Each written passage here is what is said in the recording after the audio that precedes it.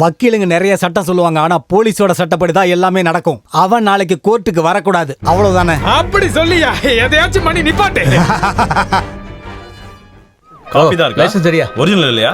RC எங்க? வண்டியோட original certificate எடுங்க. என்ன அது எதுவுமே சரியா என்ன இல்ல. வண்டி எஃப்சி பண்ணலாமா இருக்கு? ஃபைன் போட்டலாமா? டிக்கெட் தரங்க. போங்க போங்க. சார், அவன் இன்னைக்கு கரெக்டான டைமுக்கு கோர்ட்டுக்கு போக கூடாது. ஓகே.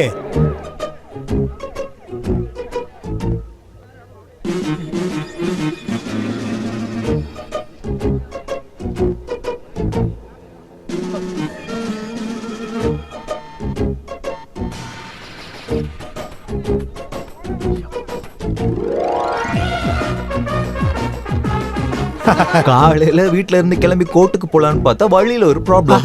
நான் கூட ஏதோ ஆக்சிடென்ட்னு நினைச்சேன். அப்புறம் தான் யாரோ சொன்னாங்க போலீஸ் செக்கிங்னு. வந்து பார்த்தா நீங்க. அப்பதான் எனக்கு தோணுச்சு மாச கடைசி நாளே எப்பயுமே நீங்க இப்படிதான் பண்ணுவீங்கன்னு. நிறுத்துடா. இந்தாங்க டிரைவிங் லைசென்ஸ், வண்டியோட RC book, insurance paper, everything okay. சீக்கிரமா பார்த்துட்டு ஓகே பண்ணுங்க, நான் கோர்ட்டுக்கு டயத்துக்கு போய் ஆகணும். புரியுங்க? கேட்ச். லைசென்ஸ் எடுறா. என்ன லைசென்ஸ் எடுறா. அதுதானே இப்ப கொடுத்தேன். எப்ப கொடுத்த? என்னது? என்ன? ஓ அப்படியா? அப்படித்தான் சார். இவர் தான் வக்காலத்து நாராயணன். அவர்கிட்டயே போய் நீங்க சட்டம் பேசிட்டீங்கன்னா அப்புறம் உங்க மீசில தான் மண்ணோட்டம். என்னடா சொல்ல? டேய், இவன் சட்டம் பேசதான் செய்வான். அதுக்கு ஆக்ஷன் எடுக்க வேண்டிய அதிகாரம் எனக்கு தான் இருக்கு. இவனை ஜீப்ல எடுத்துக்கலாம். இவன் ஸ்கூட்டர் ஸ்டேஷனுக்கு எடுத்துட்டு போங்க. என்ன லுக்கு? சர்க்கிள் இன்ஸ்பெக்டர் சந்திரன் சார், இந்த நாராயணனை மடக்கிறதுக்காக பாவம் இந்த அப்பாவிங்களை போய் துன்புறுத்துறீங்களே. பொதுமக்களுக்கு சர்வீஸ் பண்ண வேண்டிய நீங்களே பொதுமக்களுக்கு எதிராக செயல்பட்டுக்கிட்டு இருக்கீங்க. அப்புறம் இந்த பொதுமக்கள் என் பக்கம் நிக்கிற வரைக்கும் நீங்க என்ன ஒரு அவரை போக விடுங்க. இவரை விடலனா என்ன பண்ணுவீங்க? அதையும் பார்க்கறோம். என்னடா என்ன சார் மேல எல்லாம் கையீங்க? என்னடா பண்ணுவீங்க? என்ன பண்ணுவீங்க? பாத்து. பண்றா. சார், பண்றா. சார், தெரியுமா? பண்றா. சார், பண்றா. விடுங்க சார். தலை நீ போடுறியா? சார், நீ போடுறியா? சார், தலை போடுறியா? தலை தலை போடுறியா? போடுறியா? சார், சார், தலை தலை போடுறியா? போடுறியா? என்னடா பண்ணுவீங்க? சொல்லுங்க. பண்றா பார்க்கலாம். சார், ஏன் சார்? எவன்டா பண்ணுவீங்க? பண்றா பார்க்கலாம். ஏன் சார் இப்படி பண்றீங்க? பண்றா. நீ போடுறியா? பண்றா. டேய்,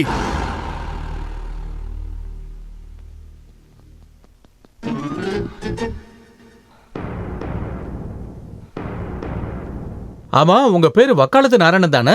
இல்ல, நாராயணன் தான் என் பேரு. மின்சாரத்துறை அமைச்சர் சசிதரன் அவரோட பொண்ணுக்கு 18 வயசு ஆறதுக்கு முன்னாடியே கல்யாணம் பண்ணிட்டாருங்கிறதான உங்களோட கம்ப்ளைண்ட்? அது மட்டும் இல்ல, நான் மந்திரிக்கு எதிராக கேஸ் கொடுத்த உடனே 18 வயசு ஆகாத ஒரு பொண்ணுடைய ஸ்கூல் சர்டிபிகேட்ல பிறந்த தேதியை மாத்தி மரியாதைக்குரிய அந்த கோர்ட்டுக்கு முன்னாடி பொய்யான சர்டிபிகேட் கொடுத்ததுக்காக இந்திய தண்டனை சட்டப்பிரிவு 191 கீழையும் குற்றம் பண்ணிருக்காங்க. மின்சாரத்துறை அமைச்சருக்கு சைல்டு மேரேஜ் பண்ண எவ்வளவு தண்டனை கிடைக்கும் நல்லாவே தெரியும். அதிகபட்ச தண்டனை 3 மாசம் ஜெயிலு இல்லாட்டி ஃபைன். ஆனா இந்த கோர்ட்டை ஏமாத்தி தண்டனையில இருந்து தப்பிக்கிறதுக்காக பொய்யான சர்டிபிகேட் கோர்ட்ல ஒப்படைச்சது இன்னொரு குற்றம். ஐபிசி செக்ஷன் 201 படி இதுக்கு 7 வருஷம் தண்டனை கொடுக்கலாம். கொடுத்த சர்டிபிகேட் உண்மையாவே இருந்தாலும் அவர் பொண்ணு கார்த்திகாவுக்கு 18 வயசு ஆயிடுச்சுன்னா மின்சாரத்துறை அமைச்சர் மனைவி மல்லிகா கல்யாணத்துக்கு முன்னாடியே கர்ப்பமாயிட்டாங்கன்னு சொல்ல வேண்டியது இருக்கும்.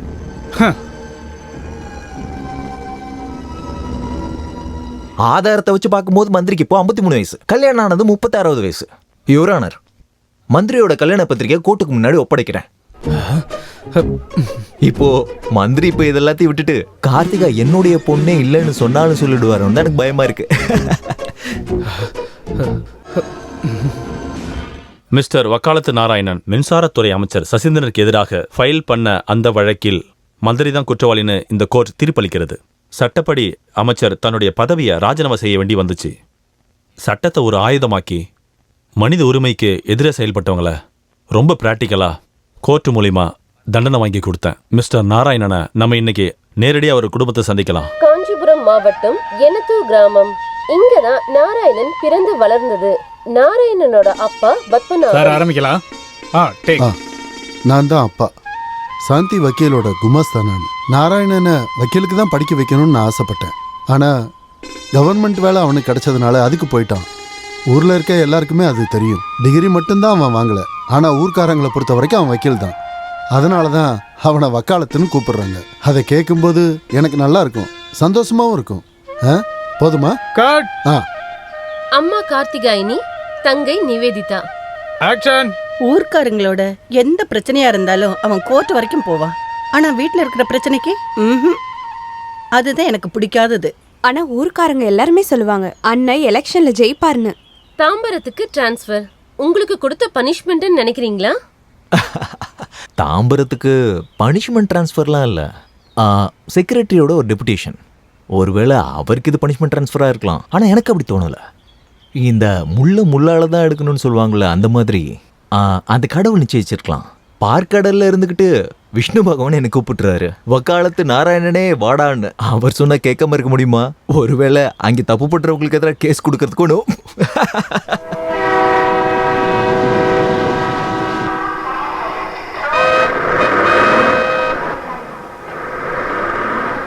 நான் அட்வொகேட் மேத்யூ. உடனே வர சொல்லி எனக்கு ஒரு ஃபோன் கால் வந்துச்சு. எஸ்ஐ இப்போ வந்துருவாரு, நீங்க உள்ள உட்காருங்க சார். எஸ் ஐயா, வேணாம் நான் இங்கே இருக்கனே. உள்ள உட்காருங்க சார். என்னையா கூப்பிட்டீங்க? நான் உடனே போகணும். வந்து உட்காருங்க சார்.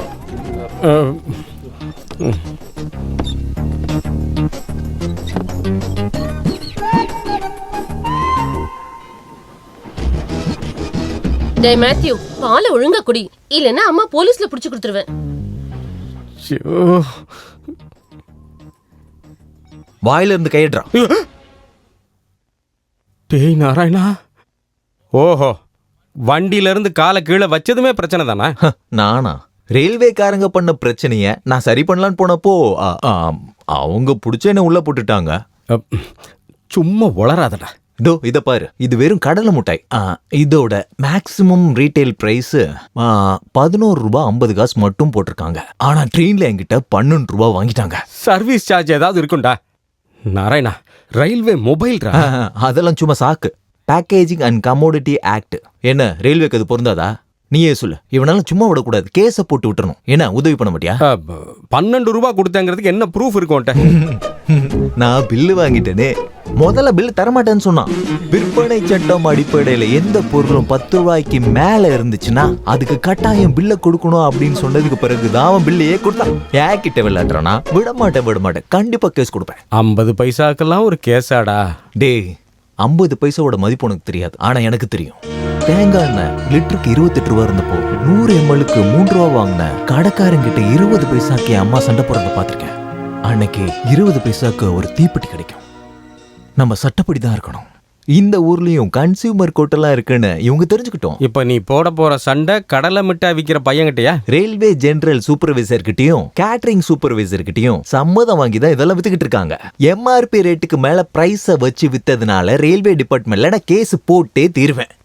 அப்புறம் என்ன செக்ஷன் படி என்ன லாக்அப் குள்ள வச்சிருக்காங்கன்னு எனக்கு தெரிஞ்சே ஆகணும். அந்த செக்ஷன்லாம் என்னன்னு கேட்டேன்னா, குற்றவியல் நடைமுறை சட்டம் 57 படி குற்றம் பண்ணவங்களை 24 மணி நேரம் கஸ்டடியில் வைக்கலாம். வக்காலத்து நாராயணனுக்கு அதெல்லாம் தெரியாதா என்ன? உட்காருங்க. நீ உட்காரு. ஜாமீனுக்கான அப்ளிகேஷன் கொடு. அட்வொகேட் மேத்யூ, என்னோட வக்கீல். அந்த சார்ஜ் ஷீட்டு. வக்காலத்து நாராயணனுக்கு ஜாமீன்லாம் ஒன்றும் தேவையில்லை. கஸ்டடி எடுக்கிற டைம்ல நான் மட்டும் இருந்திருந்தேன்னா இப்படி நடக்கவே விட்டுருக்க மாட்டேன். சாரி. புரியல. என்ன உங்களுக்கு தெரியலனாலும் உங்களை எனக்கு நல்லா தெரியும். ஞாபகம் இருக்கா? முன்னாடி தாம்பரம் ரயில்வே குவார்டர்ஸ்ல இருந்த தாட்சாயினி அம்மா. தாட்சாயினி அம்மா டீச்சர். சென்னை முனிசிபாலிட்டி கால்வாயில ஒரு ஸ்லாப்ல காலை இழந்துட்டாங்கல்ல? ஆமா, அவங்க தான் என் அம்மா. நீங்க கேஸ் கொடுத்ததுனால மட்டும்தான் நஷ்டஈடு கிடைச்சிச்சு. அதை என்னால் மறக்கவே முடியாது. ஏன்னா அதில் தான் நான் போலீஸ் ஆனேன். உங்களோட ஸ்கூட்டரை ட்ரெயின்லேருந்து எடுத்து பிளாட்ஃபார்மில் வச்சுருக்கேன். இந்தாங்க சாவி. Thank you sir. வா. இந்த டப்பா இருக்கிறதுனால தான் அவன் கண்ணுல இருந்து இந்த முட்டாயை மறைக்க முடியுது. பாட்டி,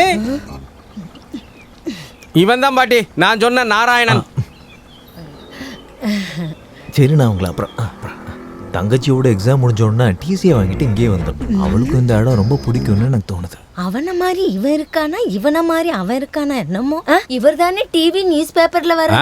இவர் தான் வக்காலத்து நாராயணன். வேண்டாம் வக்கீல, வேண்டாம். இவர் இங்க தங்க வேண்டாம். நான் இந்த வயசுல கோர்ட்டுக்கும் போலீஸ் ஸ்டேஷனுக்கும் அலைய முடியாது. ஐயோ பாட்டி, உங்களுக்கு இவரை பத்தி சரியா தெரியல. வேண்டாம். இப்ப இவர் தங்குவாரு, அப்புறம் உரிமை கொண்டாடுவாரு. இந்த மாதிரி பிரச்சனை எல்லாம் இங்க நடக்கவே கூடாது. இந்த ஆளுக்கு நீங்க ஃப்ரீயா கேஸ் நடத்துவீங்க, என் கேஸ நடத்த காசும் இல்ல, உதவி பண்ண ஆளும் இல்ல. காலையிலே டென்ஷன் ஆயிடுச்சு பாட்டி. இதை நான் ஹேண்டில் பண்ணிக்கிறேன் விட. காலையில இருந்து உங்க ஹஸ்பண்ட பார்க்கவே முடியலையே. அவர் இறந்து போயிட்டாரு. ஓ, பிள்ளைங்கெல்லாம் எங்க இருக்காங்க?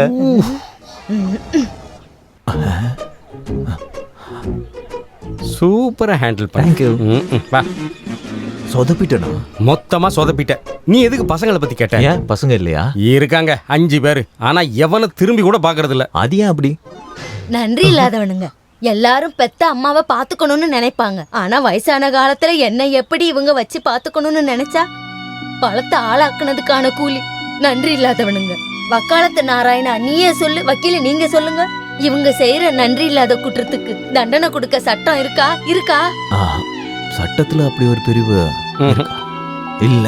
ஆனா ஒரு அம்மா எல்லாத்தையும் மன்னிப்பா. நான் என் பிள்ளைங்களை மன்னிக்கிறேன். நல்லா இருக்கட்டும். அம்மா,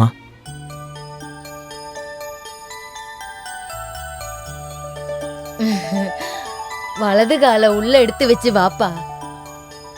போ போ. ஆனா நன்றி இல்லாம இருக்க கூடாது. மரியாதைக்குரிய கோர்ட்டுக்கு முன்னாடி நான் சொல்ல வருவது என்னவென்றால், such an intervention of the chief minister cannot be treated as an indication of the current motive. That's all, Your Honor. டேய் டேய் நில்றா. நில்றான்னு சொன்ன. Order order. டேய் Stop stop it, it I ஐ சே.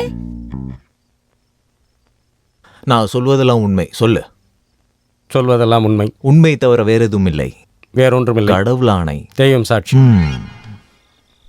என்ன வேலை பாக்குறீங்க? ஒரு வக்கீல் சார். ஒருத்தர் உறுதிமொழி எடுத்துட்டாருன்றதுக்காக வக்கீலாக முடியுமா? Order order. என்ன எடுத்துட்டாருன்னு சொன்னீங்க? யுவர் ஆனர், உறுதிமொழின்னு சொன்னா வக்கீலா பிராக்டிஸ் பண்றதுக்கான லைசன்ஸ் அது இவரு எடுத்திருக்காரு. நல்ல ரேங்க்ல பாஸ் பண்ணிருக்கேன். ஒருத்தர் வக்கீல் எக்ஸாம்ல பாஸ் பண்ணி பிளாக் அவுட்டை போட்டுக்கிட்டு கோர்ட் வளாகத்துல நடந்துகிட்டு இருக்கிறதுனாலயும் பார் அசோசியேஷன் ஹால்ல சீட்டு விளையாண்டுகிட்டு இருந்தா வக்கீலாக முடியுமா? நான் சீட்டே விளையாட மாட்டேன் யுவர் ஆனர். வெறும் ஓனர் இல்ல, ஹவுஸ் ஓனர்னு சேர்த்து சொல்லுங்க. சரி, விசாரணை ஆரம்பிக்கட்டும். சொந்த அப்பா மாதிரி நல்ல வக்கீலா வர முடியாததுனால இன்ஃபீரியாரிட்டி காம்ப்ளெக்ஸ் உங்களுக்கு இருக்குன்னு ஒத்துக்கிறீங்களா? யோ வக்காலத்து. Order order. கோர்ட்டை நீங்க இப்படி அவமதிக்க கூடாது. கரெக்ட். குடிக்கிறது, சிகரெட் பிடிக்கிறது, வெத்தலை போடுறது, இதைத்தான் கோர்ட்ல செய்யக்கூடாது.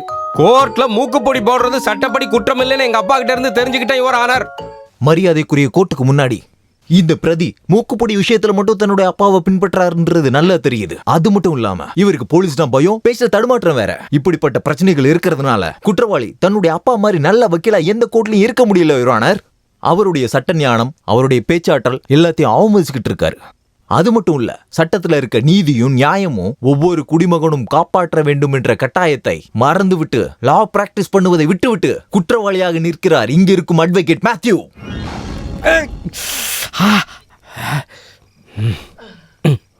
வலிக்குதா? இதை விட நீ சொன்னதுதான் அதிகமா வலிக்குது.